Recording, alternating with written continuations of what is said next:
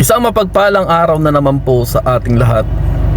Ako po ang inyong lingkod, Misteryoso 007.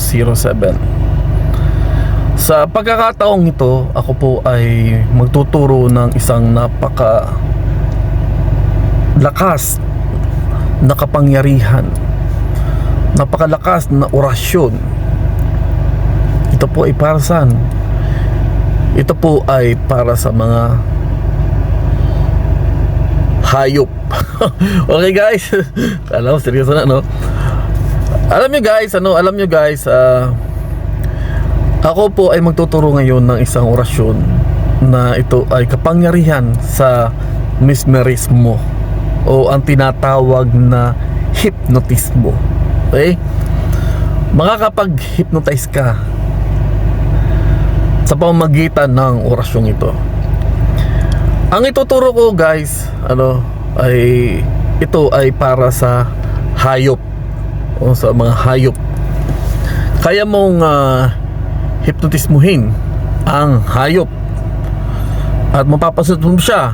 Kung halimbawa, pag sinabi mong huwag kang gagalaw, ganoon, sa kumpas ng iyong kamay, sa mga enerhiya at sa orasyong iyong gagamitin, ay ito ay inyong mapapatigil.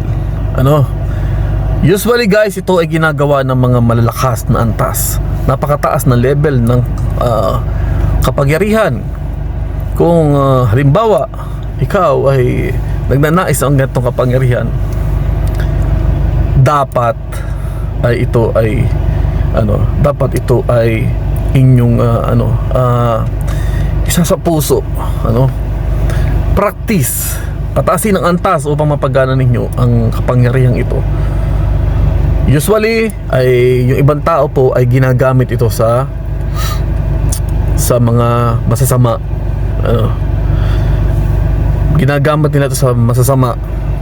Ginagamit nila ito para sa pambudol ng mga tao. Nakapagpagana sila, napapagana nila na napakahusay ang orasyong ito. Ito po ay napakadelikado. Kapag ikaw po ay nakapagpagana ng ganitong orasyon, ay maaari ka makagawa ng hindi maganda. Pwede mong hypnotismuhin ang tao kahit ito ay ito ay ginagawa lamang sa hayop, kasi ang orasyong aking tinuturo ay ito ay para sa hayop. Ang iba ay ginagamit ito sa mga tao kung meron silang gustong pasunodin, gusto nilang nakawan, ibubudol-budol ba, So halimbawa kung ikaw ay isa sa mga nagnanais magkaroon ng kapangyarihan ng ganito, mesmerismo, ay kunin mo ang orasyong aking ituturo.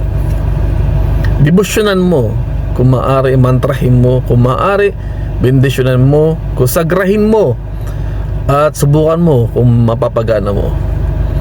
At siguradong mapapagana to, sapagkat ito'y subok na at talagang tunay na napakabisa. Ang aking lang kahilingan ay huwag ninyong gagamitin sa masama ito upang makapagnakaw, upang mapasunod ang isang tao, upang iyong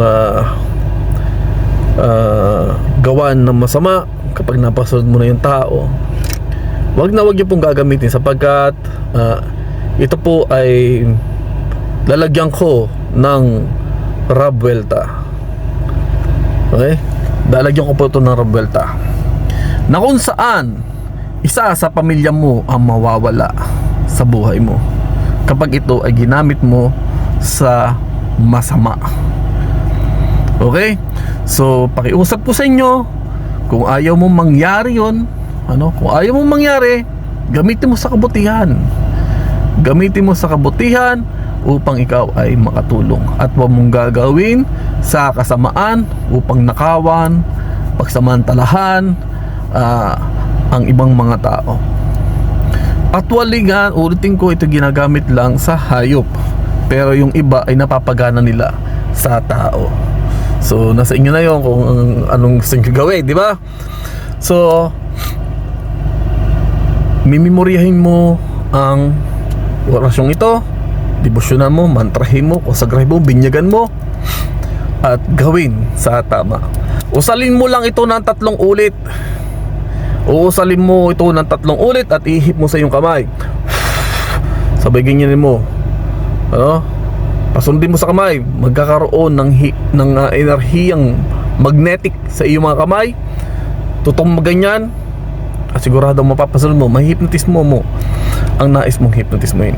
So, eto ang orasyon. Tandaan, kapag ginamit mo ito sa masama, tanda mo, isa sa pamilya mo, isa sa mga mahal mo sa buhay ang mawawala. Okay? Lagyan na kita ng lagyan na kita ng Rabelta. Kaya huwag mo gagawin sa masama. Tinuturo ko to upang gawin sa kabutihan at hindi sa kasamaan. Ito ang orasyon. Paksam et husot tritaum enkenyom ratuasak. Ang susi, ito ang susi, mimauksa. Okay? So, usalin na 3 ulit yan. Usalin na 3 ulit at ihip mo sa iyong palad. At ganun mo, kumpas mo kung ano nais mong pasundin sa kanya. Ulitin ko ang orasyon. Usalin 3 ulit. Paksam et husot tritaum enkenyom ratuasak. Ang susi, ito, mimauksa. Gawin lang ng tama at may paniniwala. God bless you. Bye!